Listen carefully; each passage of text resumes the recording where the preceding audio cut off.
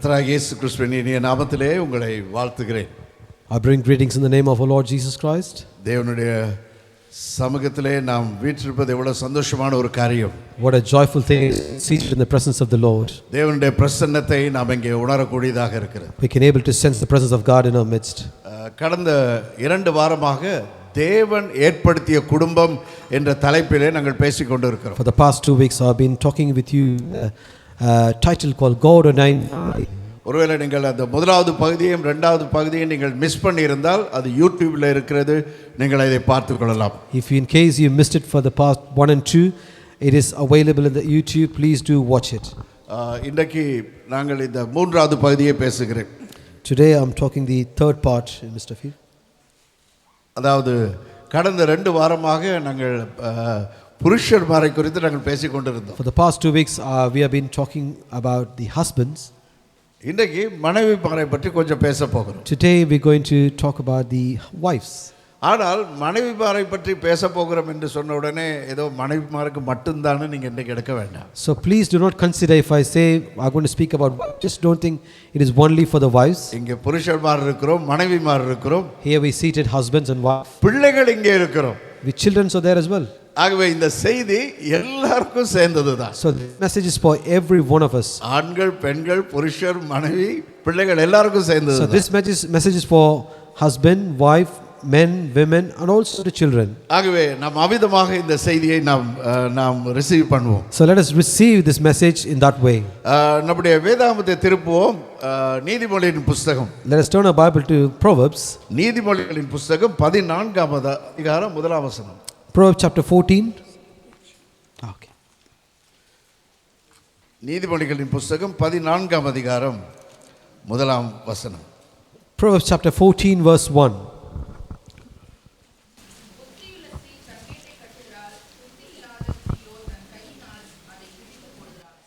A wise woman builds a home, but a foolish woman tears it down with her own hands. புத்தியுள்ள ஸ்திரீ தன் வீட்டை கட்டுகிறாள். A wise woman builds a house. புத்தியுள்ள ஸ்திரீ தன் வீட்டை கட்டுகிறாள். A wise woman builds a house. புத்தி இல்லாத ஸ்திரீயோ வீட்டை உடைத்து போடுகிறாள், இடித்து போடுகிறாள். But a foolish woman tears it down. நான் சொன்னேன் இந்த செய்தி எல்லாருக்கும் தான் என்று சொல்லி. I said this message is for every one of you. நீங்க புருஷனாக இருக்கலாம், You could be a husband, மனைவியாக இருக்கலாம், it could be a wife, பிள்ளைகளாக இருக்கலாம். you could be children. நம்ம எல்லாருக்கும் தான் இந்த செய்தி. This message is for every one of us. அப்ப நீங்க அந்த வார்த்தையை நீங்கள் விதமாய் வாசிக்கலாம். You can read it the scripture like this. புத்தியுள்ள புருஷனோ வீட்டை கட்டுகிறான். A wise husband builds the house. புத்தியுள்ள பிள்ளையோ வீட்டை கட்டுகிறான். A wise children builds the house. என்று நீங்கள் எந்த விதத்திலும் அதை வியாக்கியானப்படுத்திக் You கொள்ளலாம். can take this in any way if you want. பாருங்கள், வீட்டை கட்டுகிறான் என்று இங்கே கட்டுகிறாள் என்று சொல்லி வாசிக்கிறோம். We read in the scripture she builds a home. பாருங்க, வீட்டை கட்டுகிறது என்று சொல்லும்போது அதன் அர்த்தம் என்ன? What do you mean by saying building her house? ஒருவேளை இந்த பில்டிங்கை கட்டுறது பற்றி அங்க சொல்லப்பட்டிருக்கிறதா? Is it been said here about construction of a building?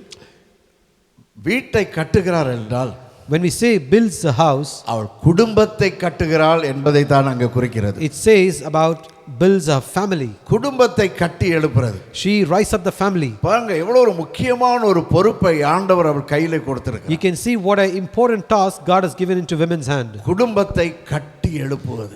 Building up the family. அதாவது குடும்ப உறவுகளை கட்டி எழுப்புவது. Which means building up the relationships in the family. புருஷன் மனைவி உறவு மாத்திரமல்ல. Not just the relationship between husband and a wife. பெற்றோர் பிள்ளைகளுடைய உறவு. Also the parent and children. குடும்பத்தாரோடு உறவு. Also relationship. இனபந்துகளோடு உறவு. Then nearby families. பெற்றோரோடு உறவு. The relationship with the parents. மாமா மாமியோடு உறவு. A relationship with the auntie and uncle. இவ்விதமாய் நண்பர்களோடு உறவு. And also the relationship with the friends. உறவுகளை கட்டி எழுப்புவது. That means building the relationship. நம்முடைய குடும்பங்களிலே நாம் உறவை கட்டி எழுப்பதற்கு முக்கியத்துவம் கொடுக்கணும். It means we have to give importance to build the relationship in our family. இப்போ நான் கல்யாணம் கட்டிட்டேன், I got married. இனி நானும் என்ற புருஷனும் தான் It is just me and my wife now. நானும் என் மனைவியும் தான், It's just me and my wife now. நானும் என் பிள்ளைகள் தான். Just me and my children now. நீங்கள் நான் ஏற்கனவே நாங்கள் பார்த்தோம், நீங்கள் திருமணம் பண்ணின பின்பு நீங்கள் தனிமையிலே புருஷனும் மனைவியும் பெற்றோரும் பிள்ளைகளும் நீங்கள் தனிமையிலே வாழ வேண்டும் என்பதை ஏற்கனவே நாங்கள் முதலாவது பிரசங்கத்திலே சொல்லிவிட்டோம். In the previous message we already discussed about after you got married, it is you and your wife should live separate. யாருடைய இடையூறுமின்றி, without anybody's disturbance, யாருடைய தலையீடுமின்றி, without anyone coming and interfering, நீங்கள் தனிமையிலே நீங்கள் புருஷனும் மனைவியும் பெற்றோரும் பிள்ளைகளுமாய் வாழ வேண்டும். you have to live as a husband and wife, as a parent and children together. அதே சமயத்திலே at the same time, நம்முடைய குடும்பத்தோடு உறவுகளை கட்டி எழுப்ப, at the same time we have to build the relationship with the family. இது மிக முக்கியமானது. It is very important. ஆண்டவர் அதற்கு முக்கியத்துவம் கொடுக்கிறார். God is giving importance for that. உறவுகளை கட்டி எழுப்புவது, building up the relationship. வேறு என்னத்தை நாங்கள் இது குறிக்கலாம்? What else we can say this? நல்ல குணாதிசயத்தை கட்டி எழுப்புவது. building up a good characters. வீட்டை கட்டி எழுப்புவது என்றால், when we say building up a house, நல்ல குணாதிசயங்களை கட்டி எழுப்புவது, which means saying building up a good characters. நமக்குள்ளே நல்ல குணாதிசயங்களை கட்டி எழுப்ப வேண்டும். In us we should build a new character, good characters. ஒவ்வொரு பெண்களும் அதிலே முயற்சிக்கணும். every woman should try this. நல்ல குணாதிசயத்தை கட்டி எழுப்பணும். need to build the good characters. பாருங்கள், நீதிமொழிகள் 31ஆம் அதிகாரத்துக்கு நாங்கள் இப்ப திருப்ப வேண்டாம். நீதிமொழி 31ஆம் அதிகாரத்திலே, in the Proverbs chapter 31, அங்கே அவளுடைய புருஷன் என்ன சொல்லுகிறான் தெரியுமா? do you know what a husband talks about the wife? அநேக ஸ்திரீகள் இருந்ததுண்டு, there are many women, ஆனால் உன்னை போல ஒரு நல்ல ஸ்திரியை நான் என்ன செய்யல, பார்க்கல. but I never seen a good women like you. அவருடைய புருஷனும் பிள்ளைகளும் எழும்பி என்ன சொல்லுகிறார்கள்? do you know அவருடைய புருஷனும் பிள்ளைகளும் எழும்பி என்ன சொல்லுகிறார்கள்? do you know what the husband and the children say? நீ பாக்கியவதி என்று சொல்லுகிறார்கள். they say you are blessed. அப்ப பாருங்க, வீட்டை கட்டி எழுப்புவது என்று சொல்லும்போது, when we say building the house, தன்னுடைய புருஷனை பிள்ளைகளை கட்டி எழுப்புவது மாத்திரமல்ல, it is not just only building the husband and the children, உறவுகளை கட்டி எழுப்புவது, also building the relationship, குணாதிசயத்தை கட்டி எழுப்புவது, also building the characters. நம்ம எல்லாருமே பரிபூரணமானவர்கள் அல்ல. no one is perfect here. பாருங்க, ஒரு திருமணத்திலே இணையும் போது, when we come into a union of a marriage relationship, புருஷன் எங்கேயோ இருந்து வருகிறார், மனைவி எங்கேயோ இருந்து வருகிறார்கள். husband come from one side and the wife come from another side. ரெண்டு பேரும் வித்தியாசமான குணாதிசயம் உடையவர்களாக இருப்பார்கள். they both come from a different characters. அப்ப நாம் ரெண்டு வித்தியாசமான இடத்திலிருந்து வரும் பொழுது, when we come from a different side, நம்முடைய புருஷனுக்கு ஏற்றவாறு நம்முடைய குணாதிசயங்களை நாம் மாற்றிக்கொள்ளணும். we have to change our characters according to our husband. புருஷன் மனைவிக்கு ஏற்றவாறு தன்னுடைய குணாதிசயங்களை மாற்றிக்கொள்ளணும். the husband should change his characters according to his wife.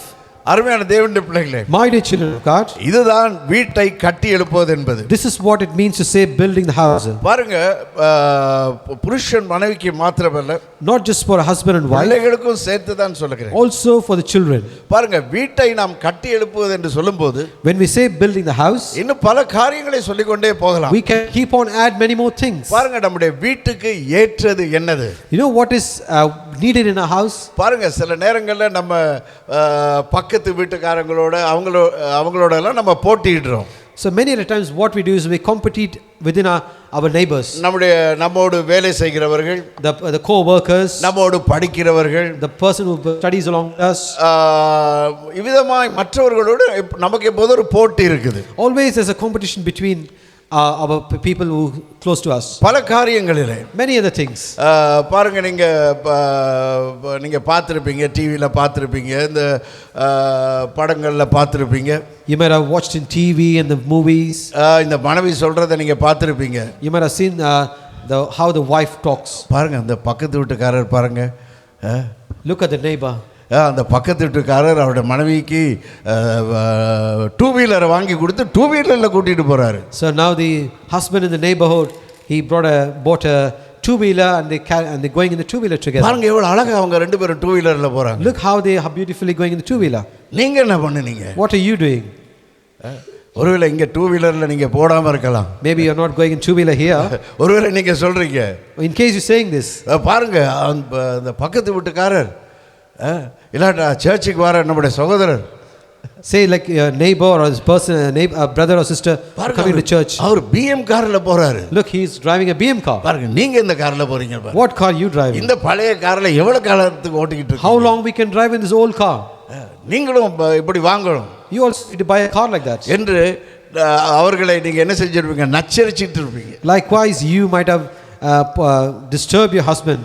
இவ்விதமாக சில நேரத்தில் ஞானமற்ற ஸ்திரீகள் என்ன பண்ணுகிறார்கள்? அவர்கள் இவ்விதமாய் மற்றவர்களோடு போட்டி போடுறாங்க. So now unwise women always compete with each other in the neighborhood. நாங்களும் அவங்கள போல இருக்கணும். So we should be also like them. அந்த சிஸ்டர் விலையுயர்ந்த ஒரு சாரி கட்டியிருக்காங்க, நீங்களே எனக்கு இந்த விதமான ஒரு சாரியை வாங்கி தரணும். So that sister is wearing an expensive sari, but you never bought me such kind of a sari for me. இவ்விதமாக நாம் என்ன செய்வோம்? போட்டி போட்டுக்கிட்டு இருப்போம். Likewise, we compete with each other. இது மாத்திரமல்ல, Not only this. இவ்விதமாக போட்டி உண்டாகும் போது என்ன வருகிறது? So what happens when we compete with each சில other? நேரத்தில் பணம் இல்லை. Sometimes we don't have money. அப்போ நம்ம என்ன செய்ய வேண்டி வருது? கடன் வாங்க வேண்டி வருது. So what we do is we end up in borrowing money. கடன் வாங்கி சாரி வாங்க வேண்டி வருது. We have to borrow some money and purchase sari. கடன் வாங்கி நகை வாங்க வேண்டி வருது. So we need to borrow money to get some jewels. நகை வாங்கி கடன் வாங்கி கார் வாங்க வேண்டி வருது. We borrow money and get a new car. அவர்ட்ட BMW இருக்கு. Oh, he is having a BMW. ஆனா நம்மளும் BMW வாங்கிரணும். Oh, we also need to buy a BMW. அவர்ட்ட பென்ஸ் இருக்கனால நம்மளும் Benz வாங்கிரணும். He is having a Benz. We also need to buy a Benz. கையில காசு இருக்குதோ இல்லையோ, அவர் டெஸ்லா கார்ல ஓடுறாருனால நாங்களும் டெஸ்லா கார் வாங்கிரணும். Whether we have money or not doesn't matter, but if he drives Tesla, we have to buy a Tesla. அருமையான தேவனுடைய பிள்ளைகளே, My dear children of God, கடைசில என்ன நடக்கிறது? you know what happened at the end? கடன் தலைக்கு மேலே ஏறி விடுது. The money which we borrowed is like தலைக்கு மேல கடன் ஏறின உடனே the debts grown bigger. அப்பதான் புருஷ மனைவி இடையில சண்டை வருது. And there comes the arguments between husband and wife. வாக்குவாதம் வருது. There's argument arise. கடன்காரன் வீட்டுக்கு வரான். The person who borrowed the money coming to house. கடன் என்ன செய்கிறது? வட்டிக்கு மேல வட்டி ஓடிக்கிட்டு இருக்கு. So the money which we borrowed is making more interest out of it. Meter வட்டியும் ஓடுது. The meter interest is running out as well. அருமையான தேவனுடைய பிள்ளைகளே, My dear children of God, ஒரு புத்தியுள்ள ஸ்திரீ, a wise woman, அவள் வீட்டை கட்டுகிறாள். she builds the house. இந்த விதமாக செய்தால் அவள் வீட்டை இடித்து போடுகிறாள்.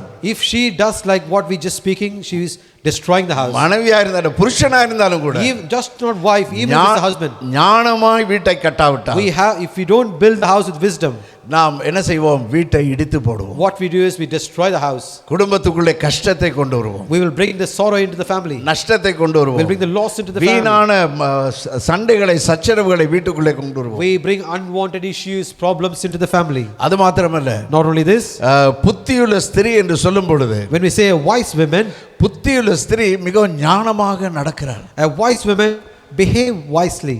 ஞானமாக அவள் பேசுகிறாள். Speak wisely. அதாவது பாருங்க, சமயோசித்த புத்தி, prudence. A prudent woman. சமயத்துக்கு ஏற்றவாறு அவள் பேசுகிறாள். A prudence woman. இடம் பொருள் ஏவல் அறிந்து பேசுகிறாள். She knows where she is, the place, all the reasons, and she talk wisely. என்ன பேசணும், what to speak, எங்க பேசணும், where to speak, எப்படி பேசணும்ங்கறத அவ அறிந்து பேசுகிறாள். She knows how to speak. சண்டைக்காரி இப்படி இல்ல. Not like a fighting woman. அவ வாயில வந்தத படாரன்னு விட்டுருவா. She will leave everything out of her mouth. ஆனால் ஞானமுள்ள ஒரு ஸ்திரீ, but a wise woman, அவள் மிகவும் ஞானமாக சமயத்துக்கு ஏற்றவாறு புத்தியோடு அவள் பேசுகிறாள். But a wise woman, how she speaks is at the right point of time, at the right place, she speak wisely. 1 Samuel 25ஆம் அதிகாரத்திலே நீங்கள் பார்ப்பீர்கள் என்றால், if we see in 1 Samuel chapter 25, அங்கே அபிகேல் என்ற ஒரு பெண்ணை பற்றி நாங்கள் வாசிக்கிறோம். there we read about a woman called Abigail. இந்த அபிகேல் யார் என்றால் நாபால் என்பவனுடைய மனைவி. Who is this Abigail? She is the wife of Nabal. இந்த நாபால் ஒரு பெரிய பணக்காரன். This Nabal is a rich man. ஒரு பெரிய கோடீஸ்வரன். He is a millionaire. அவனுடைய மனைவி தான் இந்த Abigail. So Abigail is the wife of Nabal. நாம் இங்கே பார்க்கிறோம், அங்கே அந்த நாபாலுக்கும் தாவீதுக்கும் இடையிலே ஒரு பிரச்சனை வருகிறது. We can able to see from the scripture there's a fight happening in between Nabal and David. இந்த தாவீது அவனோடு இருந்த வாலிபர்களுக்கு உணவு கேட்டு நாபாலிடத்திலே அந்த வாலிபரை அனுப்புகிறான். So David sent some of the youngsters to get some food for him to Nabal. அப்ப நாபால் என்ன சொல்லுகிறான்? What Nabal said is, இந்த தாவீது யாரு? Who is this David? ஏன் அவனுடைய ஆட்களுக்கு உணவு கொடுக்கணும்? Why should I feed his youngsters? என்று சொல்லி அவர்களை விரட்டி விடுகிறான். So he chased them out from there. அப்ப தாவீதுக்கு கோபம் வந்து விட்டது. So David was in anger. அவனுடைய கஷ்டத்திலே அவனுடைய வாலிபர்களுக்கு நாங்கள் எவ்வளவு உதவி செய்திருக்கிறோம். In his young days, in his time of tough times, how much we helped him out. என்று சொல்லி தாவீது என்ன செய்கிறான், ஒரு பெரிய சேனையையே கூட்டிக்கிட்டு அங்க அந்த நாபாலை அடிக்கிறதுக்காக போறான். So David prepared a host of people and he taking the host to the kill Nabal. இதை அபிகேலுக்கு யாரோ சொல்லிட்டாங்க. So someone shared this news to Abigail. அபிகேலுக்கு சொன்ன உடனே, Once Abigail know this, அபிகேலுக்கு தெரியும் இப்ப தாவீது ராஜா வந்தால் அவன் என்ன செய்ய போகிறான், தன்னுடைய புருஷனை அவனுடைய ஆட்களை எல்லாரையும் கொல்ல போறான். So Abigail knows very well if King David comes, he is going to kill and destroy his husband, all the people. நீங்க வீட்ல போயிட்டு அந்த அதிகாரத்தை வாசித்து பாருங்க. Please go home and read out the portion. அவள் மிகவும் ஞானமாக என்ன பண்ணுகிறாள், Do you know what she did so wisely? தன்னுடைய புருஷனுக்கு தெரியாம Without the knowledge of her husband, நிறைய உணவு வகைகள் எல்லாம் எடுத்துக்கொண்டு she prepared a lot of food items தன்னுடைய ஆட்களோடு போய் and she went along with the people. அங்கே தாவீதுக்கும் அவனுடைய ஆட்களுக்கும் கொடுக்கிறாள். So she go and feed the people and also the King David. இதனால் அங்கே ஏற்பட இருந்த ஒரு பெரிய ஒரு யுத்தம், இல்லாவிட்டால் ஒரு சண்டைக்கு அங்கே சண்டை வராதபடிக்கு அங்கே அமைதி உண்டானது. Because of this, there's an end came, there's a peace came without any further fight to happen. அப்படியானால் பெண்களுக்கு ஸ்திரீகளுக்கு மனைவிமாருக்கு கர்த்தர் என்ன சொல்கிறார்? Which means, what is that God want to talk to the women and the wives here? பாருங்க, சில நேரங்களில் நம்முடைய குடும்பத்துக்குள்ள சண்டைகள் சச்சரவுகள் வர்றது இயல்புதான். It is very common in a family. Fights and arguments arise. Misunderstandings வருவது உண்மைதான். There's always some misunderstanding in the family. சில நேரத்தில் புருஷனுக்கும் அப்பாவுக்கும் பிள்ளைகளுக்கும் இடையில சண்டை வரும், வாக்குவாதங்கள் வரும். Sometimes the arguments come between a husband and a wife or parent and children. இந்த விதமான சமயங்கள்ல in this kind of time, மனைவி மிகவும் ஞானத்தோடு நடக்கணும். A woman should behave very wisely. நீங்க தெளிந்த புத்தி உள்ளவர்களாக இருக்கணும். You should be a clear minded person. சபையோசித்த புத்தி உள்ளவர்களாக இருக்கணும். You should have a prudence mind. சண்டையை விலக்கி வைக்கிறவர்களாக நீங்க காணப்படணும். You should be the one who separate from the fight. அருமையான தேவனுடைய பிள்ளைகளே, My dear children of God, இதுதான் வீட்டை கட்டி எழுப்புறது. This is what is called building the house. அப்ப புத்தியுள்ள ஸ்திரீ தன் வீட்டை கட்டி எழுப்புகிறார். A wise woman builds the house.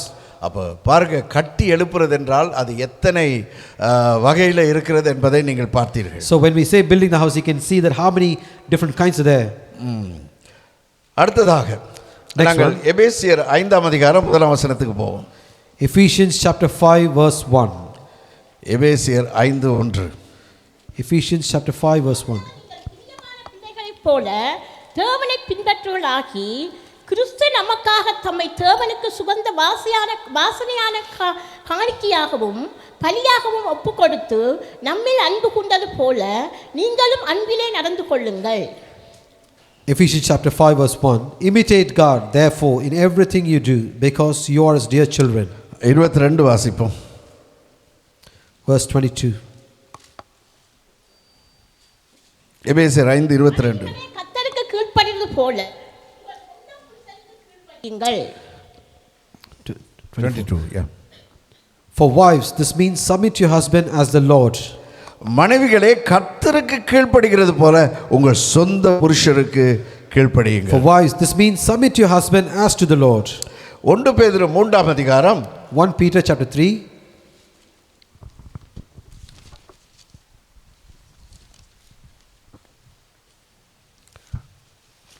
1 பேதுரு 3ஆம் அதிகாரம் 1ஆம் வசனம்.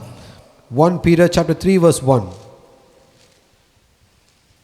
அந்தபடி மனைவிகளே, உங்கள் சொந்த புருஷருக்கு கீழ்ப்படிந்திருங்கள். போதும். So as wife, submit to your husbands. பாருங்க, 2 இடத்திலே இந்த வசனம் வருகிறது. You can able to see in 2 places the scripture comes. அங்கே எபேசியரிலே அப்போஸ்தலனாகிய பவுல் சொல்லுகிறார். In Ephesians, Apostle Paul claims this. இங்கே பேதுரு சொல்லுகிறார். Here in 1 Peter we can see that Peter says this. மனைவிகளே, உங்கள் சொந்த புருஷருக்கு நீங்கள் கீழ்ப்படிந்திருங்கள் என்று சொல்லுகிறார். Wives, obey your husband. மனைவிகளே, உங்கள் சொந்த புருஷருக்கு கீழ்ப்படியுங்கள் என்று சொல்லுகிறார். Wives, obey to your husbands. பாருங்க, திரும்பவும் கூட இங்கே என்னத்தை நாங்கள் பார்க்கிறோம். ஏன் அப்படி அவர் சொல்லுகிறார்?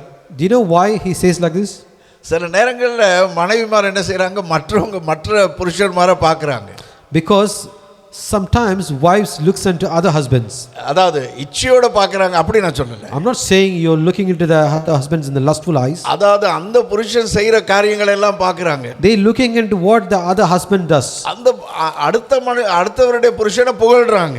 They are praising the other wives' husbands. பாருங்க அவர் எப்படி உடுத்துறாரு பாருங்க. Look how he is dressing. அவர் எப்படி ஸ்டைலா இருக்காருன்னு பாருங்க. Look how he is stylish. அவர் எப்படி சூட் போடுறாரு பாருங்க. Look how he wearing a suit. அவர் எப்படி வீட்டை கட்டி இருக்கிறார் பாருங்க. Look how he building the house. அவர் எப்படி தன்னுடைய மனைவிக்கு வாங்கி கொடுக்கிறார் பாருங்க. Look how he buy things to his wife. அவர் எப்படி பாருங்க நகை வாங்கி கொடுக்கிறாரு. Look how he is buying the jewels. என்று சொல்லி எப்போதுமே என்ன செய்றாங்க மற்றவங்களோட புருஷனை புகழ்றாங்க. Likewise they praise the other people's husband. ஆண்டவர் என்ன சொல்றார் தெரியுமா? You know what God says? மற்றவங்களோட புருஷனை நீங்க புகழ்றதை நீங்க நிப்பாட்டுங்க. Stop praising other people's husband. நீங்கள் உங்கள் சொந்த புருஷரை நீங்க புருஷருக்கு கீழ்ப்படிங்கன்னு சொல்றார். What God says is obey your own husband. உங்கள் சொந்த புருஷருக்கு, To your own husband. உங்கள் சொந்த புருஷரை புகழ ஆரம்பிங்க. Start praising your own husband. தமிழ்ல ஒரு பழமொழி இருக்கு இல்லையா, கல்லானாலும் கணவன் புல்லானாலும் புருஷன். There's a saying in Tamil, even if it's a stone it's a husband, even if it's a grass, husband.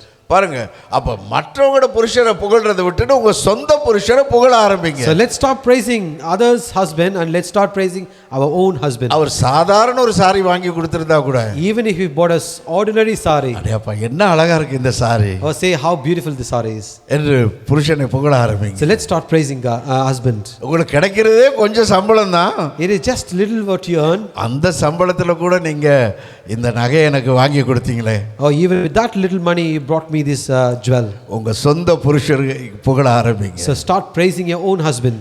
உங்களுக்கு கிடைக்கிறதே கொஞ்சம் சம்பளம் தான். It is what you earning is just a little money. நமக்கு டெஸ்லா இல்லாட்டாலும், Even though we don't have a Tesla. இந்த சாதாரண சின்ன காரை நீங்க வாங்கியிருக்கீங்களே, Oh, you brought this small little car. என்னை நடக்க வைக்காம என் பிள்ளைகளை நடக்க வைக்காம இந்த காரில் அது குடுகுடுன்னு ஓடினாலும் கூட அந்த காரை வாங்கியிருக்கீங்களே. Amen. Even if the car drives slowly here and there, stops around, but still you're not letting our children, our family to walk on the road. Thank you for that. இவ்விதமாய் உங்க சொந்த புருஷனை புகழ ஆரம்பிங்க. So start praising your own husband likewise. பாருங்க, ஏற்கனவே 2 வாரம் புருஷர்களை பற்றி பேசி முடிஞ்சாச்சு. So last 2 weeks we complete talking about the husband. இல்லையா? அப்ப புருஷருக்கு தான் முக்கியமான ஒரு வேலை ஆண்டவர் கொடுத்திருக்கிறார். So because God has appointed a great job on top of husbands. அதாவது புருஷன் தான் குடும்பத்துல மிக முக்கியமானவன். Husband is the most important person in the family. அவன் எல்லாம் சரியா செய்தா எல்லாமே சரியா நடக்கும். If he does everything properly, everything goes well. பாருங்க, ஆதாம் ஏவாள் பாவம் செய்த போது, When Adam and Eve committed the sin, வந்து ஏவாளே நீ எங்கே இருக்கிறாய், Eve, where are you? அப்படி கேட்டாரா? Did he ask God ask like this? உங்கள்ட்ட தான் கேட்குறேன். Oh. கேட்டாரா? No. No. ஜாய்ஸ் எங்கேன்னு கேட்டாரா? Never. அவர் வந்து என்ன கேட்டாரு? What did God ask? ஆதாமே நீ எங்கே இருக்கிறாய்? Adam, where are you? இல்லையா? அப்ப ஏன் ஆதாம் தான் வீட்டுக்கு பொறுப்பாளி? Why? Because Adam is a responsible person in the household. அப்ப எபேசிய நிருபத்தில் அது மிகவும் தெளிவாக சொல்லப்பட்டிருக்கிறது. So Ephesians is clearly said here. இயேசு தலையா இருக்கிறார். Christ our Lord is the head. அதாவது புருஷனுக்கு இயேசு தலையா இருக்கிறார். Christ is the head for the husband. மனைவிக்கு புருஷன் தலையா இருக்கிறார். For the wife, husband is the head. அப்ப புருஷனிடத்துல தான் ஆண்டவர் எல்லாத்தையும் கணக்கு கேட்க போறாரு. So God is going to ask accountability from a husband. அப்ப நீங்க உங்க காரியத்தை சரியா செய்யும்போது, If you do things properly, ஆண்டவர் உங்ககிட்ட கேட்டது ஒரே ஒரு காரியம் தான். only one thing is what God asking you. புருஷனிடத்துல கேட்டது ஒரே ஒரு காரியம். Only one thing was God asking the husbands. நான் எப்படி என் சபைக்காக என் ஜீவனை கொடுத்தேனோ, Like how I given my life to the church, அதே போல நீங்க உங்களுடைய மனைவியை தியாகத்தோடு அன்பு செலுத்துங்கள் என்று in the சொல்றார். same way do a sacrificial love to your wife. அந்த அன்பு எப்படிப்பட்ட அன்பு என்பதை கடந்த வாரத்திலே பேசிட்டோம். We also went through what kind of a love it was in the last அப்ப week. புருஷன் மனைவியை நேசிக்க ஆரம்பிக்கும் போது, When a husband start loving his wife, மனைவி என்ன செய்ய ஆரம்பிப்பாங்க? what happens to the wife? இது கல்லானாலும் கணவன், Even if it's a stone, is a husband. இது புல்லானாலும் இது என் புருஷன், Even though he's a grass, he is my husband. என் புருஷன் எனக்கு தான். My husband is for me. இந்த புருஷனை நான் யாருக்கும் கொடுக்க மாட்டேன். I will not give this husband to anyone. இந்த புருஷனை யார் முன்னுக்கும் விட்டு கொடுக்கவும் மாட்டேன். I will not leave anyone for this husband. ஆகையினால மற்ற புருஷர்களை புகழ்றதை விட்டுட்டு உங்க புருஷனை புகழ So ஆரம்பிங்க. let's stop praising others' husband, start praising your own husband. இந்த புருஷனை ஆண்டவர் உங்களுக்கு தந்திருக்கிறார். So God has given this husband to you. Amen. Amen. பக்கத்துல உங்க புருஷன் இருந்தா பார்த்து சொல்லுங்க. Say to your husband if he's nearby to you, உங்களை ஆண்டவர் தான் எனக்கு தந்திருக்கிறார். God has given you to me. சொல்லுங்க. Say to your husbands. எல்லாம் குடும்பமா உட்கார்ந்துருக்கிறீங்களா? You all seated, husband and wife together? நீங்க குடும்பமா உட்காராட்டா தயவு செய்து உங்க புருஷன் பக்கத்துல மனைவி பக்கத்துல போய் உட்காருங்க. If you're not seated as a family, come. Let's start together, sitting next to each other. ஏன்னா கர்த்தர் நான் பார்க்காட்டாலும் பரவாயில்ல, கர்த்தர் பார்த்து கொண்டிருக்கிறார். If even though I don't see it, but God is watching it. Right. அப்ப பாருங்க, உங்களோட திரும்ப ஒரு முறை பார்த்து சொல்லுங்க. Say to again one more time. புருஷனை பார்த்து சொல்லுங்க. Say to your husband, நீங்க எனக்கு ஆண்டவர் கொடுத்த பொக்கிஷம். you are the gift which God has given to me. இப்ப புருஷன் மனைவியை பார்த்து சொல்லுங்க. Now husband look into wife and say, சொல்லுங்க, மனைவியை பார்த்து சொல்லுங்க, நீங்க ஆண்டவர் எனக்கு கொடுத்த பொக்கிஷம். you are the gift which God has given to me. Amen. Amen. கர்த்தர் இப்படிதான் கொடுத்திருக்கிறார். This is how God has given to each and இப்படிதான் நாம் இருக்கணும்னு விரும்புறார். every. This is what God wants us to do. பாருங்க, இந்த இடத்துல சொல்லியிருக்கு, மனைவிகளே உங்கள் புருஷருக்கு கீழ்ப்படிந்திருங்கள் என்று சொல்லி இருக்கிறது. Here it says, wives, submit yourself to husband. அப்ப கீழ்ப்படிந்திருங்கள்னு சொன்னா, இப்ப பாருங்க, ஸ்பெஷலி நாங்க இந்த 21st செஞ்சுரியில ஜீவிக்கும் போது, Especially when we living in this 21st century, இன்றைக்கு இந்த கீழ்ப்படிந்திருங்கள்னு சொன்னா இந்த உலகம் அதை ஏற்றுக்கொள்வதில்லை. when we say obey, the current world is not accepting it. ஏனென்றா இப்ப நாங்க எந்த காலத்துல ஜீவிக்கிறோம்? Because in what kind of age we are living now? அதாவது விமென்ஸ் லிபரேஷன், பெண்கள் உரிமை என்ற காலத்திலே நாங்க ஜீவித்துக் கொண்டிருக்கிறோம். Because we are living in a time where there's a women's liberation has been highly exalted. ஆமா, எங்க பார்த்தாலும் பெண்களின் உரிமை, பெண்களின் உரிமை. Wherever you see, there is always they shout out for the women's liberation. The rights for the women. ஒரு பக்கத்துக்கு நல்லதுதான். On one side is good, ஆனால் அடுத்த பக்கத்துல but on the other side, அது பிழையானது. it is wrong. ஏனென்றால் ஆண்டவர் என்ன சொல்லுகிறார்? The reason because what God says is, அதாவது புருஷன் மனைவிக்கு தலையாய் இருக்கிறான் என்று சொல்லுகிறார். because in the scripture it says a husband is the head for the wife. பாருங்க, அந்த கீழ்ப்படிந்தீர்கள் என்று அந்த சொல்லப்பட்டிருக்கிறது அல்லவா? When it says obey, submit, அந்த கீழ்ப்படிந்திருங்கள் என்று சொல்லப்பட்ட அந்த இடத்திலே, when we where it's been said obey, கிரேக்க பாஷையிலே in Greek language, ஐபட்டசோ என்ற ஒரு வார்த்தை இருக்கிறது. there's a word called aipataso. ஐபட்டசோ. Aipataso. ஐபட்டசோ என்றால், When we say aipataso, நீங்கள் சந்தோஷத்தோடு உங்களுடைய புருஷனுக்கு அடிபணிந்திருங்கள். what it really means is with a joyful heart obey your husband.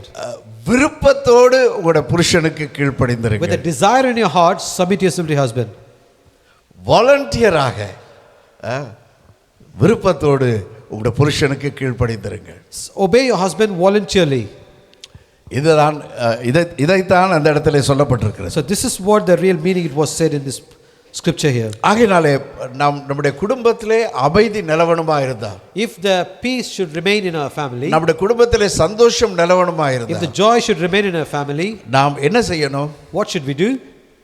இந்த ஆர்டரை நம்ம சரியா புரிஞ்சுக்கிட்டோம்னா, If we clearly understand this order, நாம் விருப்பத்தோடு நம்முடைய புருஷனுக்கு நாம் கீழ்ப்படிந்திருப்போம். with voluntarily desire in our heart, we will obey our husband. ஏனென்றால் எபேசியர் 5 அதிகாரம் அது தெளிவாக சொல்லுகிறது. Because Ephesians chapter 5 clearly says this, நம்முடைய வீட்டுக்கு இயேசு தலைவராக இருக்கிறார். the Christ is the head of our house. புருஷனுக்கு இயேசு தலையாக இருக்கிறார். Like how Christ is the head for the husband, மனைவிக்கு புருஷன் தலையாக இருக்கிறார். likewise husband is the head for the wife. அப்ப புருஷனுடைய ஆளுமைக்கு எதிராக நாம் போவோம் என்றால், If we go against the authority of the husband, யாருடைய அத்தாரிட்டிக்கு, யாருடைய ஆளுமைக்கு எதிராக போகிறோம்? whose authority we going against? யாருடைய? Christ. ஏனென்றால் புருஷனுக்கு தலையா இருக்கிறது யாரு? So who is the head of Christ? இயேசு கிறிஸ்து. It is Jesus Christ our Lord. அப்ப நாம் புருஷனுடைய தலைமைத்துவத்தை நாம் ஏற்றுக்கொள்ளாமல் போகும்போது, If we do not accept the authority of our husband, நாம் இயேசுனுடைய தலைமைத்துவத்தை ஏற்றுக்கொள்ளாமல் we போகிறோம். also rejecting the authority of Christ. அந்த வசனங்களை, அந்த அதிக வசனங்களை நீங்கள் கவனமாக வாசித்து பார்ப்பீர்கள் If you என்றால், read carefully these verses, ஒன்று பேதுருவில் நீங்கள் வாசித்து பார்ப்பீர்கள் என்றால், when we read 1 Peter, அது மிகவும் தெளிவாக சொல்லப்படுகிறது. it is very clearly said here. ஆகையினாலே நாம் மகிழ்ச்சியோடு சந்தோஷத்தோடு நாம் என்ன செய்வோம், நம்முடைய புருஷனுக்கு கீழே இருப்போம். So let us obey and submit under our husband with a joyful heart. அது கர்த்தருக்கு பிரியமானது. It is very pleasing to God. அது கர்த்தருக்கு சந்தோஷத்தை கொண்டு வருகிறது. That brings joys to the God. ஏனென்றால் அவர் ஏற்படுத்தியிருக்கிற அந்த ஆர்டர் அழகாக நடந்து கொண்டு போகிறது. Because the order which God created is going so smoothly and well. பாருங்க, அப்ப 1 பேதுரு இந்த 3ஆம் அதிகாரத்துக்கு நாம் வரும்போது, 1 Peter chapter 3, பாருங்க, இதில் நாங்கள் சில வார்த்தைகளை நாம் பார்ப்போம். we're going to see some words here. பாருங்க, முதலாம் வசனம் சொல்லுகிறது, The first verse says, அந்தப்படி மனைவிகளே உங்கள் சொந்த புருஷர்களுக்கு கீழ்ப்படிந்திருங்கள். அப்பொழுது அவர்கள் யாராவது திருவசனத்துக்கு கீழ்ப்படியாதவர்களாய் இருந்தால் பய பக்தியோடு கூடிய உங்கள் கற்புள்ள நடக்கை அவர்கள் பார்த்து போதனையின்றி மனைவிகளின் நடக்கையினாலேயே ஆதாயப்படுத்திக் கொள்ளப்படுவார்கள். மயிரை பின்னி பொன்னாபனங்களை அணிந்து உயர்ந்த வஸ்திரங்களை உடுத்துக்கொள்வதாகிய புறம்பான அலங்கரிப்பு உங்களுக்கு அலங்காரமாய் இராமல் அழியாத அலங்கரிப்பாய் இருக்கிற சாந்தமும் அமைதலும் உள்ள ஆவியாகிய இருதயத்தில் மறைந்திருக்கிற குணமே உங்களுக்கு அலங்காரமாய் இருக்க கடவது. அதுவே தேவனுடைய பார்வையில் வெளியேறப்பெற்றது. Amen. In this 1 Peter chapter 3 verse 1, in the same way you wives must accept the authority of your husband. Then even if some refuse to obey the good news, your godly lives will speak to them without any words. They will be won over this. பாருங்க, இதில் நீங்க இந்த முதலாவது வசனத்திலே ஒரு வார்த்தை வருகிறது. In the first scripture there's a verse coming here. பயபக்தி என்று சொல்லி ஒரு வார்த்தை வருகிறது. It says a fear, பயபக்தி, reverence. reverence, a fearful reverence. பயபக்தியோடு உங்களுடைய புருஷனுக்கு கீழ்ப்படிந்திருங்கள் என்று சொல்கிறது. It says obey your husband with reverence. அப்ப மனைவிக்கு மாத்திரமல்ல, Not only for wives, நான் சொல்லுகிறேன், பிள்ளைகளுக்கும் சேர்த்து சொல்லுகிறேன், also for the children. பயபக்தியோடு உங்களுடைய பெற்றோருக்கு கீழ்ப்படிந்திருங்க. With the reverence obey your parents. அவர்கள் நம்முடைய பெற்றோர். They are our parents. அப்பா அம்மா இல்லாம நம்ம வர முடியாது. Without a parent you cannot exist in the world. அப்ப நமக்கு மேலே அப்பா அம்மாவை ஏற்படுத்தி வைத்திருக்கிறார். So God has appointed above us a parent. பயபக்தியோடு கீழ்ப்படிந்திருங்க. So with a reverence, with a fearful heart you should obey the parents. சரி, இந்த மனைவியை பொறுத்தவரையில் இங்க என்ன சொல்றது? So as per the wife, what was said here, உங்களுடைய புருஷன் ரட்சிக்கப்படாத ஆளா இருக்கலாம். your husband could have a man who is not saved yet. உங்களுடைய ஹஸ்பண்ட் ஒரு குடிக்கிற ஆளா இருக்கலாம். Your husband could have been drinking. சண்டை போடுற ஒரு ஆளா இருக்கலாம். He could be a man always fight. பலவிதமான காரியங்கள், தீய பழக்கங்கள் அவருக்கு இருக்கலாம். Maybe he got a lot of bad habits. அப்ப ஆனால் ஆண்டவர் என்ன சொல்லுகிறார் தெரியுமா? But you know what God says? உங்களுடைய சாட்சி நிமித்தம், Through your testimony, உங்களுடைய நடக்கை நிமித்தம், through your character, அவர்கள் ரட்சிக்கப்பட முடியும். they can able to be saved. உங்களுடைய பாருங்க, நீங்க எந்த விதமா நடந்து கொள்றீங்க, How do you behave yourself? பாருங்க, இது சாட்சியை பற்றி தான் நீங்க பேசுகிறது. This is what is talking about, the testimony here. ஒரு மனைவியோட சாட்சி எப்படிப்பட்டது? What kind of a testimony does a wife carry here? எப்படிப்பட்ட சாட்சி இருந்தால் அந்த புருஷன் ரட்சிக்கப்பட முடியும்? What kind of a testimony if a woman has? அவன் கெட்டவன் தான். Yes, he's a bad person. குடிகாரன் தான். He is alcoholic. பணம் கொடுக்காம இருக்கலாம். Yes, he may not give you money. பலவிதமான தீய பழக்கங்கள் அவன்ல இருக்கலாம். He may have a lot of bad activities in his life. அப்படிப்பட்ட புருஷர்கள் இந்த லண்டன் சிட்டில இருக்காங்க. There are in the London city that kind of husbands. நான் ஒரு சகோதரியை மீட் பண்ணேன். I met a woman, a sister. 14 வருஷங்கள் அந்த புருஷன் என்ன செய்திருக்கிறார், அந்த மனைவியை வீட்டுக்குள்ள லாக் பண்ணி வச்சிருக்கிறார். For 14 years that husband locked his wife in the room. 14 வருஷம் அந்த மனைவி வெளியே போனதே, வீட்டை விட்டு வெளியே போனதே இல்லை. For 14 years she was not stepped out of the house. அப்படியே போயிருந்தா அந்த பின்னுக்கு கார்டனுக்கு போயிருப்பாங்க. Even though if she stepped out, she might have went to the backside garden. 14 வருஷம் உள்ளே வச்சிருந்தாராம். 14 years she was locked in. இன்னும் எத்தனையோ மனைவிமார இங்கிலீஷ் கிளாஸ்க்கு கூட அனுப்ப மாட்டாங்களாம் புருஷர். There are still certain husbands who are not sending their wives for the English class too. ஏண்டா இங்கிலீஷ் கிளாஸுக்கு போயிட்டா அவங்க படிச்சிருவாங்க. The reason because if they go to English class, they will get educated. அப்படி அனுப்பாத ஆட்கள் இருக்கிறாங்க. There are even certain husbands like this in these days. இன்னொரு சகோதரி சொல்றாங்க, There's another sister said, என் புருஷன் எனக்கு எந்த காசும் கொடுக்கறது இல்ல. my husband did not give any money to me. எந்த பணமும் கொடுக்கறது இல்ல. No money he gives to me.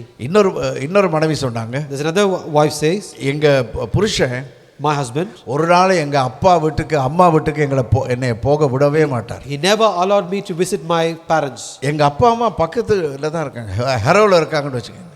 Let's say my parents living in Harrow.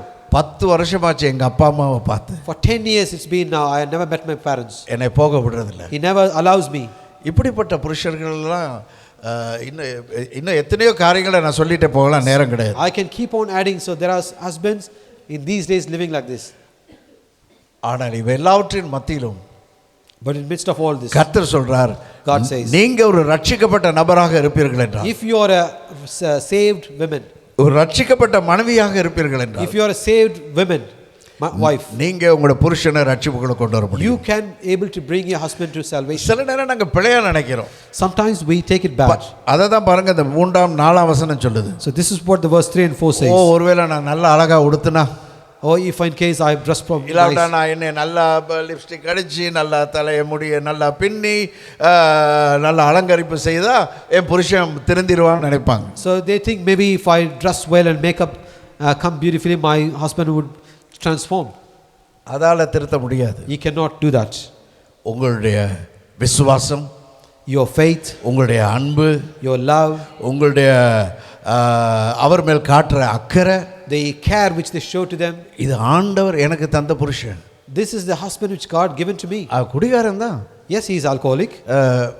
அவனுக்கு ஒருவேளை இன்னொரு தொடர்பு கூட இருக்கு. Maybe he has another relationship. ஆனா ஆண்டவர் அந்த புருஷனை எனக்கு தந்திருக்கிறார். But God has given this husband to me. என்று சொல்லி அந்த புருஷனுக்கு முன்பாக பயபக்தியாக நடக்க ஆரம்பிங்க. So likewise you need to behave with reverence to that husband.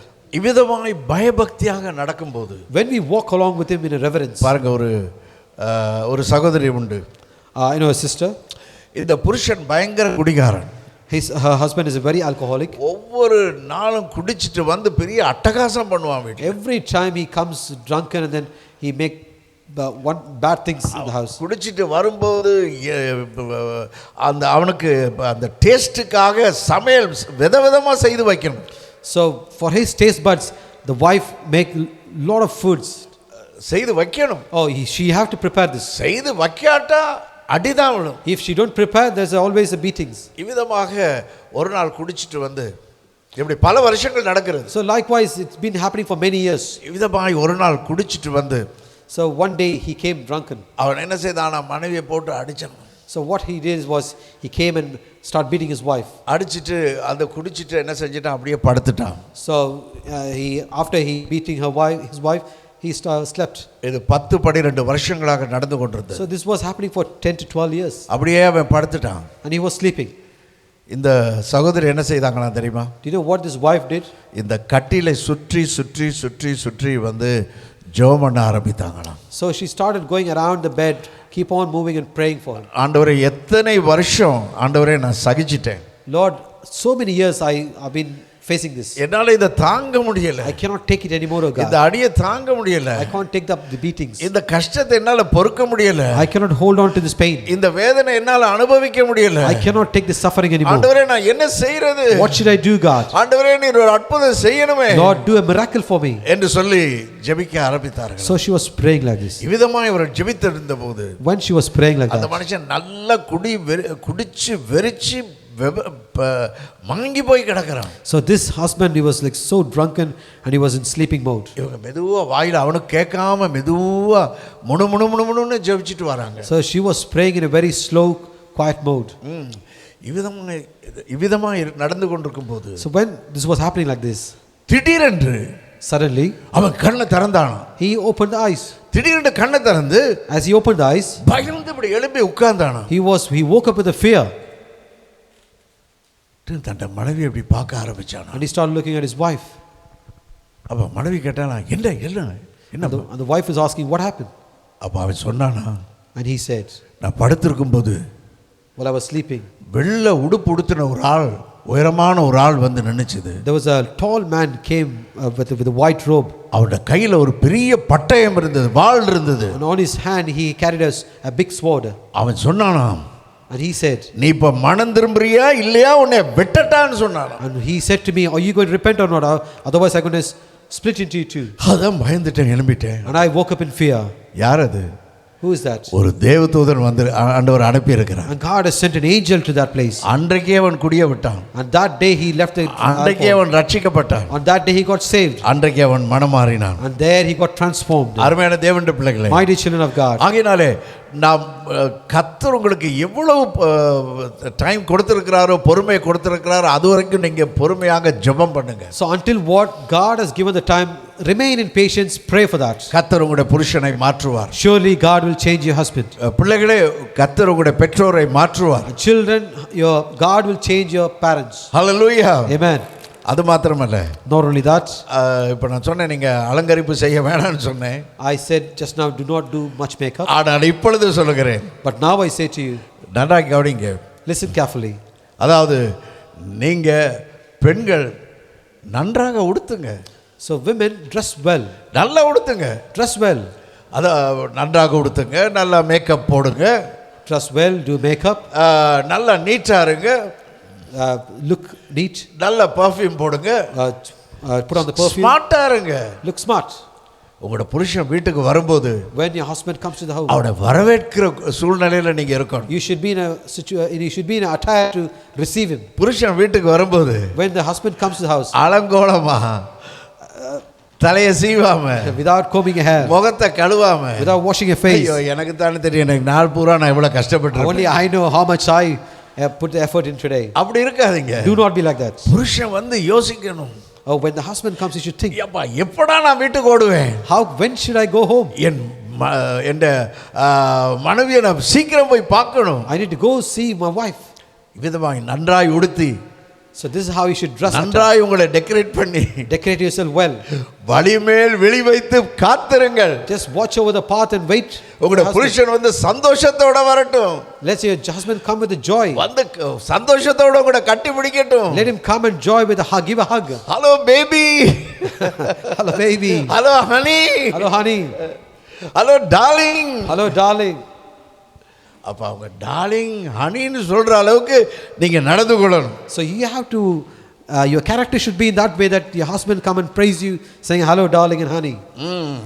பாருங்க, வேதத்திலே ஒரு வசனம் இருக்கிறது. There's a scripture in the Bible. நீதிமொழிகளின் புத்தகம் 11ஆம் அதிகாரம் 22ஆம் வசனம். Proverbs chapter 11 verse 22.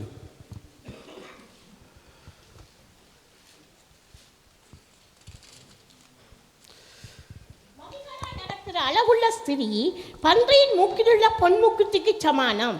A beautiful woman who lacks discretion is like a gold ring in a pig's snout. பாருங்க, அழகு இருக்கலாம், You may have beauty. நீங்க தான் பெரிய ஊர்வசியா இருக்கலாம், மேனகாவா இருக்கலாம், எல்லாமா இருக்கலாம். You may be one of the angel.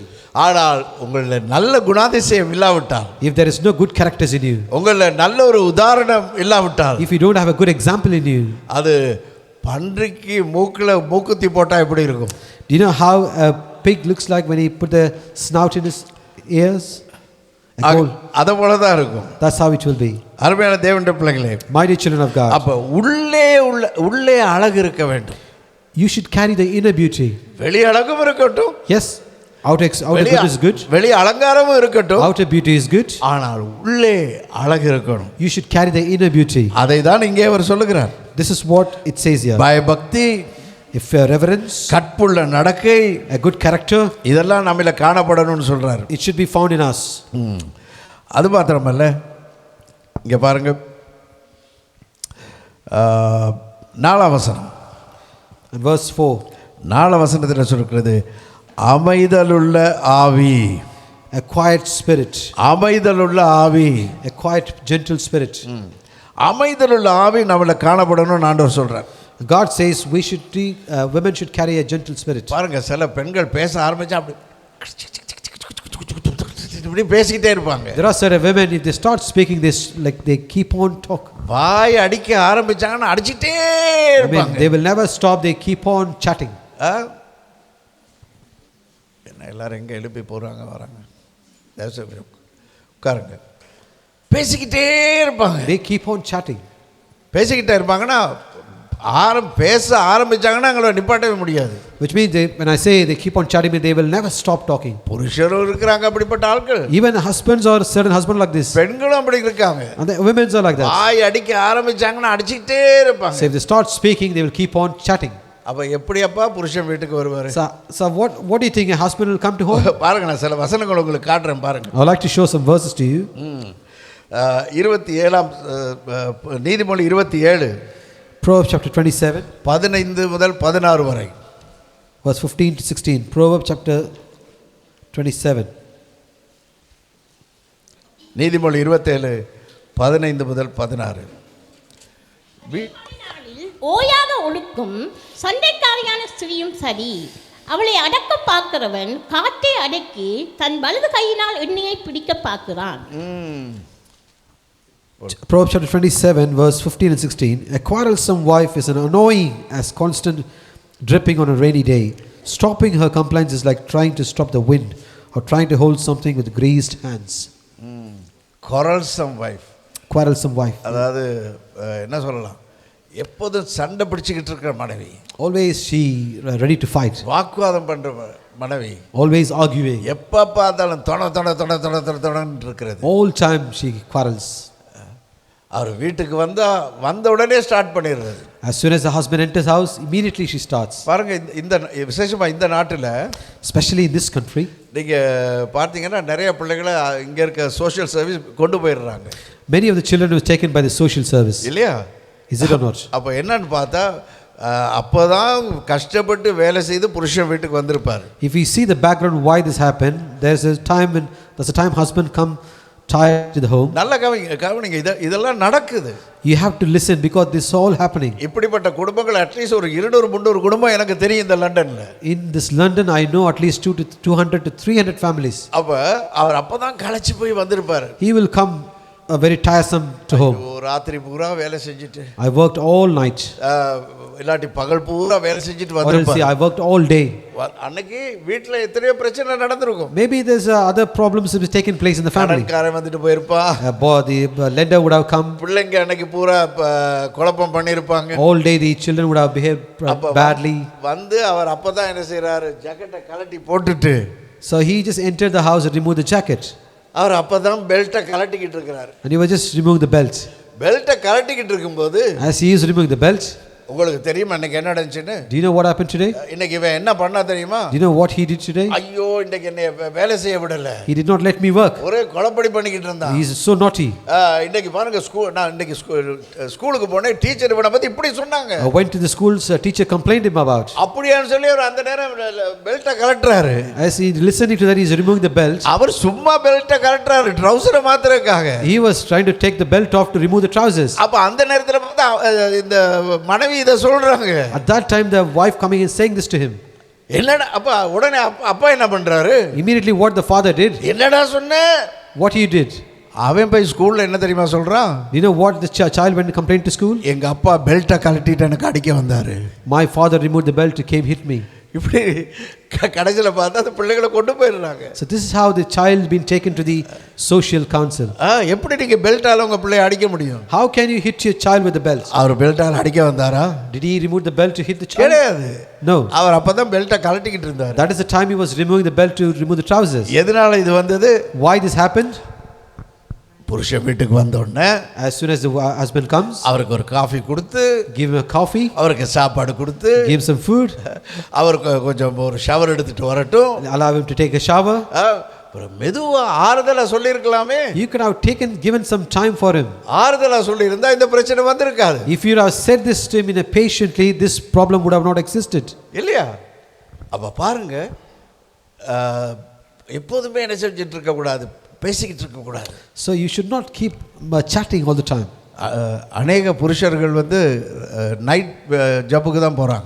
Many husbands going to the night shift. ஏன்னா இங்க இந்த ஊர்ல நிறைய புருஷருக்கு நைட்ல தான் வேலை கொடுக்குறாங்க.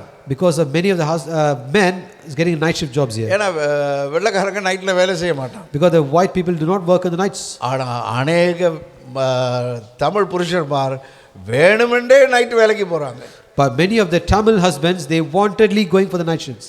ஏன் நைட்ல வேலைக்கு போறீங்கன்னா Why they go night shifts? ஐயோ என் மனைவியோட தொண தாங்க முடியல pastor. Oh, pastor, I cannot bear my wife anymore. சண்டை பிடிச்சிக்கிட்டே இருக்கறா. She is always quarreling at me. வாக்குவாதம் பண்ணிக்கிட்டே இருக்கறா. She always arguing with me. அப்படி சொல்லி என்ன செய்றாங்க? நைட்ல வேலைக்கு போறாங்க. Saying so, they going to the night shifts. அப்பா அங்க இருந்தாலாவது கொஞ்சம் நிம்மதியா இருக்கும். At least I can be peacefully there. பாருங்க நீதிமொழி 21:9 என்ன சொல்லுதுன்னு பாருங்க. Let's look into Proverbs chapter 21 verse 29. சண்டைக்காரியோடு ஒரு பெரிய வீட்டில் குடியிருப்பதை பார்க்கிலும் வீட்டின் மேல் ஒரு மூலையில் தங்கி இருப்பதே நலம். The wicked bluff their way through, but the virtuous think. 22:9. 29, sorry, it's me. It's better to live alone in the corner of an attic than with a quarrelsome wife in a lovely home. பாருங்க சண்டை பிடிக்கிற மனைவியோட உட்கார்ந்து இருக்கிறதை பார்க்கிலும் வீட்டில் உட்கார்ந்து இருக்கிறதை பார்க்கிலும் It is rather than sitting at a home with a quarrelsome wife. வீட்டின் ஒரு மூலையில் இருப்பதே நலம் அப்படின்னு சொல்லியிருக்கு. It says it is better to stay in a corner at home. English Bible என்ன சொல்லுது தெரியுமா? You know what does the English Bible says? ஐயோ இந்த சண்டை பிடிக்கிற மனைவியோட இந்த வீட்டுக்குள்ள இருக்கிறத பார்க்கிலும் Rather than sitting with the quarrelsome wife. attic எங்க? Loft corner. loft It is better. loftல இருக்கிறதே நல்லதுன்னு சொல்லுது. It is better to live alone in the corner of the attic. ஏன்னா கீழ இருந்தா இப்போது சண்டை பிடிச்சிட்டு இருப்பா. Because if you in the ground floor, always there's a fight, arguments. வாக்குவாதம் பண்ணிக்கிட்டு இருப்பா. There's arguments. அதுக்கு பதிலா நான் loftலயே உட்கார்ந்துக்கிறேன். For that I can better stay in the loft. பாருங்க 21:19 பாருங்க. Let's now look into 21:19. அதே நீதிமொழிகள்ல Same chapter 19. சண்டைக்காரியும் கோபக்காரியுமான ஸ்திரியுடன் குடியிருப்பதை பார்க்கிலும் வனாந்தரத்தில் குடியிருப்பது நலம். It is better to live alone in the desert than with a quarrelsome, complaining wife. கீழே தான் மனைவி சண்டை பிடிக்கிறா வாக்குவாதம் பண்றான்னு சொல்லி நான் என்ன செய்தேன் அந்த அட்டிக்ல லாஃப்ட்ல உட்கார்ந்திருந்தேன். So I was sitting in the loft saying that my wife, ground floor, she was complaining, quarreling at me. அவ வாக்குவாதம் பண்றது சண்டை பிடிக்கிறது அந்த லாஃப்ட்டுக்கே கேக்குது. So the quarrelsome and the fighting argument is, I can hear it even in the loft. அப்ப லாஃப்ட்ல கூட எனக்கு நிம்மதி இல்ல. Even at the loft there is no peace in me. ஆகையால இந்த வீட்ல இருக்கிறதோட வனாந்தரத்துல போய் இருக்கிறது ரொம்ப நல்லது. So it is better for me to leave the house and go in the desert. இவ்விதமாக அந்த வசனம் சொல்லுகிறது. So this is what the scripture says. அப்ப இத அண்டர்லைன் பண்ணி வைங்க. So please do underline this. 4ஆம் வசனத்திலே in verse 4. 1 பேதுரு 3:4. In 1 Peter chapter 3 verse 4. அமைதலுள்ள ஆவி. A gentle spirit. அமைதலுள்ள ஆவி. A gentle spirit. எல்லாரும் சொல்லுங்க. அமைதலுள்ள ஆவி. A gentle quiet spirit. Gentle spirit. அப்ப ஆண்டவர் நம்மிடத்துல என்ன எதிர்பார்க்கிறாரு? What is God expecting from us? அமைதலுள்ள ஆவி என்று சொல்கிறார். God is expecting us a gentle quiet spirit. இப்ப இதையும் அண்டர்லைன் பண்ணுங்க. Also do underline this. பாருங்க அந்த வசனத்தின் 4ஆம் வசனத்தின் கடைசி பகுதி. The last part of verse 4. அதுவே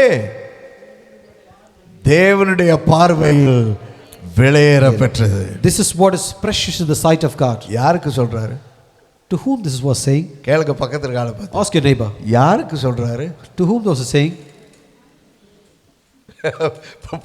புருஷன்மார் சொல்லுங்க. உங்களுக்கு தான் சொல்றாரு. Husbands can say to your wife, this was said for you. உங்களுக்கு தான் சொல்றாரு. மனைவிமாருக்கு தான் சொல்றாரு. To you, wives. அமைதலுள்ள ஆவி. A gentle spirit. Gentle spirit. அப்ப இதுதான் உங்களுக்கு அலங்காரமாக இருக்க So கடவுது. this should be a decoration for you. அது மாத்திரமல்ல இதுவே தேவனுடைய பார்வையில் விசேஷமானது. And not only that, this could be the special one in the sight of God, pleasing God. அடுத்த பாருங்க 6ஆம் வசனம் வரும்போது 6ஆம் வசனம் சாராள் ஆபிரகாமை ஆண்டவன் என்று சொல்லி அவருக்கு கீழ்ப்படிந்திருந்தாள். நீங்கள் நன்மை செய்து ஒரு ஆபத்துக்கு போதும். So in instance, Sarah obeyed her husband Abraham and called him her master. அப்ப 1 பேதுரு 3ஆம் அதிகாரம் 6ஆம் வசனத்திலே விதமாய் வாசிக்கிறோம். So in 1 Peter chapter 3 verse 6 we read like this. அதாவது இந்த மனைவி என்ன செய்தாலும் What did this wife did here? யாரு சாராள் என்ன பண்ணினாலும் Do you know what did Sarah did here? ஆபிரகாமை பார்த்து Looking into Abraham, என் ஆண்டவனே my master, she said. இன்றைக்கு எப்படி பேசுறோம்? Today how do we call our husband? இப்போ இந்த காலத்துலலாம் ஸ்பெஷலி இந்த ஜென்சி எல்லாம் எப்படி கூப்பிடுறாங்க? Do you know what this Gen Z is called? புருஷனையும் வாடாங்கிறாங்க, புருஷன் மனைவியையும் வாடாங்கிறாங்க. Husband they calling da. 90s வாப்போன்னு பேசிக்கிட்டு இருந்தாங்க. In the 90s they were calling wapo. இப்போ வாடா போடான்னு தான் பேசுகிறாங்க. But now they calling vada poda. இன்னும் கொஞ்ச நாள்ல ஜென்சிக்கு அடுத்த ஜெனரேஷன் என்ன பேசுவாங்களோ தெரியல. So we do not know what is the next generation going to call each other. இங்கே ஆண்டவனே என்றாலும் Here we can see Sarah calling Abraham master. பாருங்க, நாங்கள் சொன்னோம் இல்லையா, புருஷன் யாரு? As I said, who's the husband? எனக்கு தலையாக இருக்கிறார். He is my head. என் புருஷனுக்கு யார் தலையா இருக்கிறா? Who is the head of my husband? இயேசு தலையா இருக்கிறார். Christ is the head. அப்ப என் புருஷன் இயேசுவை வீட்டிலே பிரதிபலிக்கிறார். So in this case, my husband is revealing Christ in my house. Yeah, my husband is representing Jesus in my house.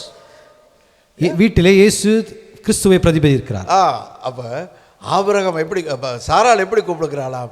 என் ஆண்டவரே அப்படிங்கிறாள். So how is Sarah calling Abraham my master? அப்ப புருஷனுக்கு இந்த விதமான மரியாதை நாம் கொடுக்கணும். So this is the respect, the honor we should give it to the husband. ஏனென்றால் இந்த கீழ்ப்படிதலை பற்றி பேசுகிற இடத்திலே தான் பேதுரு அந்த வசனத்தை குறிப்பிடுகிறார். So where Peter talks about the obedience, that is where Peter pointing out this message. பாருங்க, அப்ப 6ஆம் வசனத்தில் சொல்லி இருக்கிறது, நீங்கள் ஆபிரகாமை சாராளை பாருங்கள் என்று சொல்கிறது. So in verse 6 it says, look unto Sarah. நீங்கள் இப்படி செய்வீர்களானால், if you do so, நீங்கள் அவளுக்கு பிள்ளைகளாய் இருப்பீர்கள் என்று சொல்லப்பட்டிருக்கிறது. it says you will be her children. அருமையான தேவனுடைய பிள்ளைகளே, so mighty children of God. ஆகவே புருஷனுக்கு மரியாதை கொடுக்க பழகுங்க. So please learn to give the respect to your husband. ஆமா, அதாவது புல்லானாலும் புருஷன், சரி, கல்லானாலும் கணவன், புல்லானாலும் புருஷன். Whether it's stone or grass, it's your husband. அது உலக பிரகாரமாக மனுஷர் சொன்னது. That's the worldly people talk. ஆனால் ஆண்டவர் சொல்லுகிறார், but what God says is, குடிகாரனோ எவனோ, whether he could be an alcoholic or whoever it is, நீ விரும்பியோ விரும்பாமலோ, without you liking or not, காதலிச்சு கல்யாணம் பண்ணினியோ பேசி வச்சாங்களோ, whether it's been an arranged marriage or a loud marriage, இன்னைக்கு அவன் தான் உன் புருஷன். today he is your husband. ஆகையால் அந்த புருஷனை நீங்க நல்லா கவனிச்சிக்கன்னு சொல்றார். So God says look after him well. அவனோட அன்பா பேசுன்னு சொல்றாரு. talk to him nice lovingly. புருஷனோட அன்பா பேசி பாருங்க. have a chat with your husband with the loving words. அவன் என்ன சொன்னாலும் நீங்க அன்பா பேசுங்க. what God says, whatever he says, you speak loving words. அடிச்சா கூட சொல்லுங்க, ஆண்டவர் உன்னை ஆசீர்வதிப்பார்னு சொல்லுங்க. even if he beats at you, say may God bless you. நீ என்னை அடிச்சிட்ட, or you beat me, நீ என்னை இப்படி பேசுற, you have been talking to me like this, ஆண்டவர் உன்னை ஆசீர்வதிப்பார். may God bless you. ஆண்டவர் பார்த்துக்கொள்வார். may God look into this. அப்படி நீங்க சொல்லுங்க. say like this. சொல்லி புருஷனை புருஷனாக மதியுங்க. so say like this and respect your husband. நிறைய காரியங்கள் சொல்லிட்டு போகலாம், இதுக்கு இன்னொரு வாரம் எடுத்தா கூட சொல்லலாம், இது போதும். we can add a lot of things to wives. பாருங்க, கடைசியாக lastly 7ஆம் வசனத்துக்கு வரும்போது, when you come into the verse 7, பாருங்க, அதுல முதல் பகுதியே போன வாரம் நாங்க பேசினோம். in the first part we discussed last week. அதாவது அந்தபடியே புருஷர்களே மனைவியானவள் பலவீனமான பாண்டமாய் இருக்கிறபடினால், husbands, because your wife is a weaker vessel. பாருங்க, அது போன வாரம் நாங்க அதை பற்றி பேசினோம். In last week we talked about this. எல்லா புருஷரும் உணர்ந்து கொள்ளணும், என்னோட மனைவி ஒரு பலவீனமான பாண்டம். every husband should know my wife is a weaker vessel. ஏன் அவர்கள் பலவீனமான பாண்டம் என்பதை போன வாரத்திலே தெளிவாக பாயிண்ட் பை பாயிண்ட் நான் உங்களுக்கு சொன்னேன். I clearly said by each point last week why they are a weaker vessel. அதை நாங்க திரும்ப இன்னைக்கு பேச வேண்டிய அவசியம் இல்லை. there's no need for us to talk it again. அப்ப என்ன சொல்கிறது? so what it says here, உங்கள் ஜெபங்களுக்கு தடை வராதபடிக்கு நீங்கள் விவேகத்தோடு அவர்களுடனே வாழ்ந்து உங்களுடனே கூட அவர்களும் நித்திய ஜீவனாகிய கிருபையை சுதந்திரித்துக் கொள்கிறவர்களாகையினாலே அவர்களுக்கு செய்ய வேண்டிய கனத்தை செய்யுங்கள் என்கிறார். 1 Peter chapter 3 verse 7 it says, in the same way you husbands must give honor to your wives. treat your wife with understanding as you live together. She may be weaker than you are, but she is equal partner in God's gift of new life. Treat her as you should, so your prayers will be not be hindered. அப்ப பாருங்க, இந்த 7ஆம் வசனம் என்ன பாயிண்ட்டை சொல்ல வருதுன்னா, So what is the point this verse 7 is pointing out to? நீங்க குடும்பமாக சேர்ந்து வாழணும்னு சொல்லுது. The verse 7 is insisting that you as a family you should live together. புருஷனும் மனைவியும் பிரியக்கூடாதுன்னு சொல்லி அங்க வேத வசனம் சொல்லுகிறது. The Bible scripture says a husband and wife shall not separate. அதாவது ஒருவேளை நீங்க உபவாசம் இருந்து ஜெபிக்க போறீங்க, Let's say you're going to be fasting and prayer. ஆண்டவரோட அதிக நேரம் செலவழிக்க போறீங்க, You're going to spend a lot of time with the presence of God. ஒரு வாரம் உபவாசம் இருந்து ஜெபிக்க போறீங்க, For a week you're going to fast and pray. அதுக்கு நீங்க என்ன செய்யலாம்? ஒருவேளை நீங்க பிரிந்து வாழலாம். For that case you can live separate. ஜெபம் முடிஞ்ச பிறகு நீங்க ஒன்றா சேர்ந்துடணும். As soon as the prayer finishes you should combine and live together. பாருங்க, இங்க சொல்லப்படுகிறது என்னது? உங்களுடைய ஜெபத்துக்கு தடை வராதபடிக்கு. What it said in the last part of the scripture is the prayers will not be hindered. உங்களுடைய ஜெபத்துக்கு தடை வராதபடிக்கு கூடி வாழுங்கள்னு சொல்றாங்க. Live together so that your prayers will not be hindered. அப்ப நம்ம பிரிந்து வாழ்ந்தா, If we live separate, நம்முடைய ஜெபம் கேட்கப்படாதுன்னு தான் அர்த்தம். which means your prayer will not be heard. ஆகையினால் அருமையான தேவனுடைய பிள்ளைகளே, So my dear children of God, புருஷன் மனைவிக்குள்ள 1000 பிரச்சனைகள் வரும். there could be thousands of problems between a husband and a wife. பல குழப்பங்கள் வரும். Many confusions may arise. பல மிஸ் அண்டர்ஸ்டாண்டிங் வரும். And many misunderstanding will take place. கஷ்டங்கள் நஷ்டங்கள் எல்லாம் வரும். A lot of problems will exist.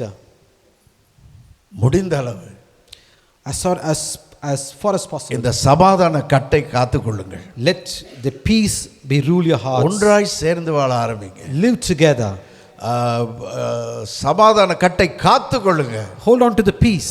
அதுவே தேவனுக்கு பிரியமா இருக்கிறது. That is what is pleasing in the sight of God. நம்ம இன்றைக்கு நாங்கள் பார்க்கிறோம், பல குடும்பங்களில் பார்த்தா In many families we can able to see today, சில நேரங்களில் ரொம்ப அபியூஸ் இருக்கிறது. there's a lot of abuse taking place. துஷ்பிரயோகம். There's a lot of abuse taking place. மனைவியை துஷ்பிரயோகம் செய்கிறது. They misusing their wives. அடிக்கிறது. Beating up. அடிச்சு நொறுக்கிறது. They beat and crush them up. அவமானப்படுத்துறது. They put them in shame. மற்றவங்களுக்கு முன்னால அடிக்கிறது. They beat them up in front of others. எனக்கு தெரியும், சமீபத்தில் ஒரு ஃபியூனரலுக்கு நாங்கள் போயிருந்தோம். Recently I went to a funeral. அந்த புருஷன் அந்த மனைவியை எவ்வளவு கீழ்த்தரமாக நடத்த முடியுமோ, There was a husband treating a wife so badly there. மற்றவர்களுக்கு முன்னால கூட அடிச்சிடுவார்.